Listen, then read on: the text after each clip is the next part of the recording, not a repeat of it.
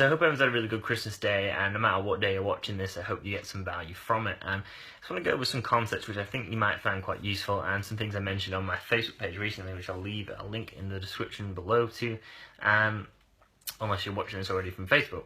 I just want to talk about this concept of integrated human performance first. And integrated human performance to me is, I don't know if I've actually coined this term, but the way I look at it is it's the integration between your inner world to your outer world and having them both work as one. And if you actually look at the actual word integrate in Latin, it actually means made whole. So again, it's combining both to make a whole unit. So again, it's having them work in unison and in a very synergistic, harmonious fashion. It's not sacrificing one for the other.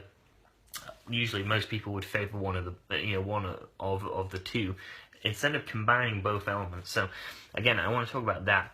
And another phrase I have classified as spiritual alchemy, and if you've read the book The Alchemist, which has kind of been popularized by like Oprah and Will Smith and people of that nature, people more into spirituality and things like that, I wouldn't classify myself as a spiritual person. People like to, but I wouldn't say I'm into the kind of mystical, ultra imaginative things and stories. I'm more into metaphors when they are actually grounded by science as well.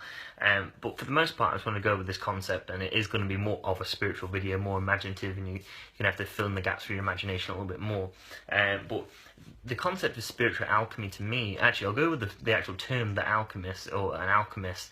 An alchemist is someone who's actually, in medieval times, was kind of like a mystical chemist, and he had the ability to turn lead into gold.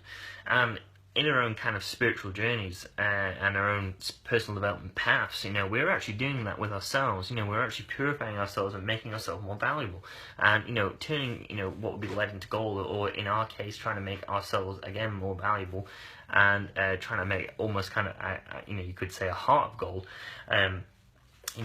In the process of actually making gold, it goes through a process called refinement, and this is where by its if you actually look at the word refinement in the dictionary, it's actually a word that means removing impurities and unwanted elements from a particular substance, and that is what we are doing with ourselves. Is a process of self-refinement. We're trying to do this every single day, removing aversions, inauthentic behaviors, ultimately, illusions, attachments, resentments. Again, we're trying to remove all this kind of negativity ultimately from ourselves, so we can be more pure, we can act more authentically, more courageously, we can stick up for ourselves, and we're in a good spot mentally. We can be peaceful, and even in the midst of chaos and stuff like that, and we can have healthy relationships, and we can raise healthy children and stuff like that, and things of that nature. So again, it's bringing it full circle with the concept of purity.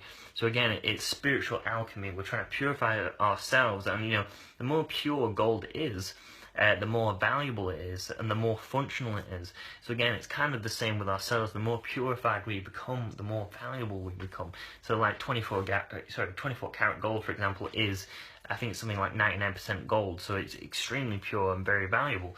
So again, that's what we're doing with ourselves every single day through the process of self-refinement. So again, they're the first two phrases I want to mention, and a phrase which I mentioned recently, which is called self-archeology. So again, archaeology being the concept, the subject of studying ancient history. Again, this is a valuable tool for people trying to integrate into the internal world, and it is the process of actually identifying certain patterns and habits within your past.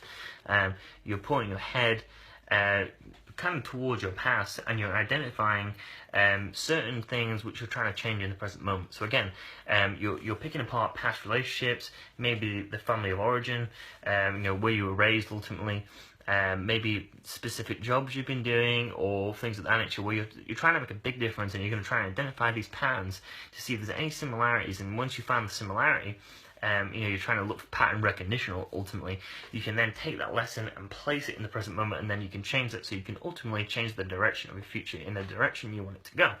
So again, it's the phase of self-archaeology, and then the second phase being of self-refinement, and then that's what I've just mentioned. You're removing the impurities, the unwanted elements, the unwanted habits ultimately, so you can change the direction of your future in the direction you actually want it to go. So you're making the best use of your time. And I've said this phrase on my Facebook page recently, that you're pledging allegiance to the grind. Until you actually honor yourself, you will not honor your time. So again, this is where personal development comes into play. You can make better use of your time. And again, you're trying to learn to help yourself. So many people get in this, in the literature, they call it a state of learned self-helplessness. And this is when you think everything's a problem, the whole world's against you, only if the world was better, your life would be better.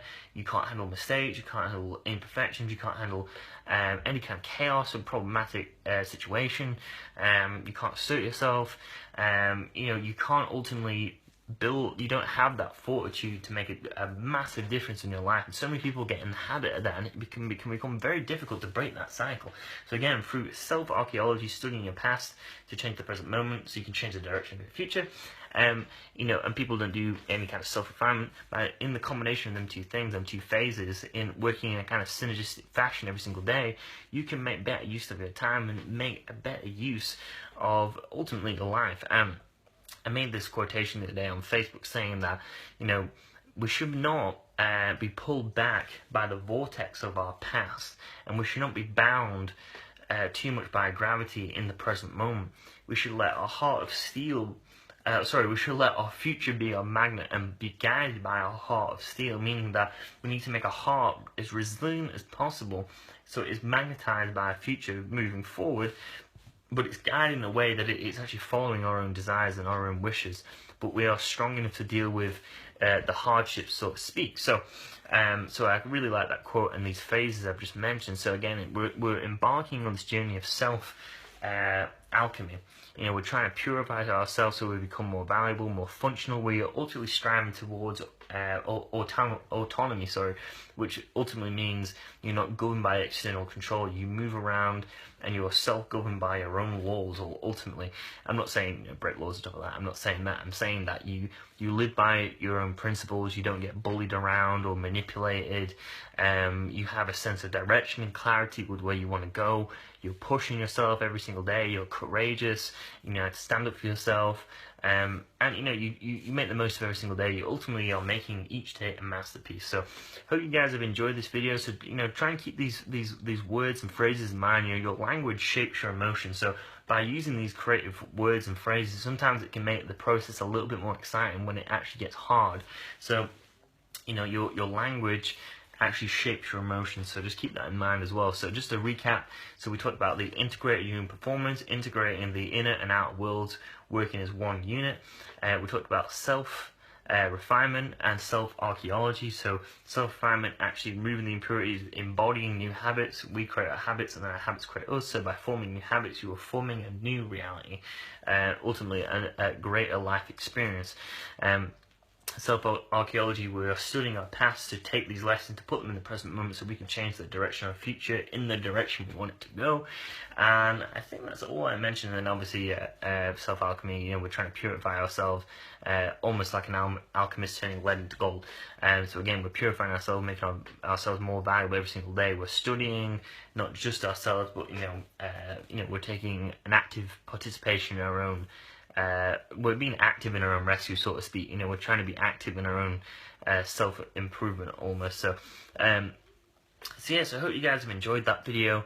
Any questions, comment below, and hope everyone has had a really good day, and I'll speak to you guys soon. So thank you very much. Bye.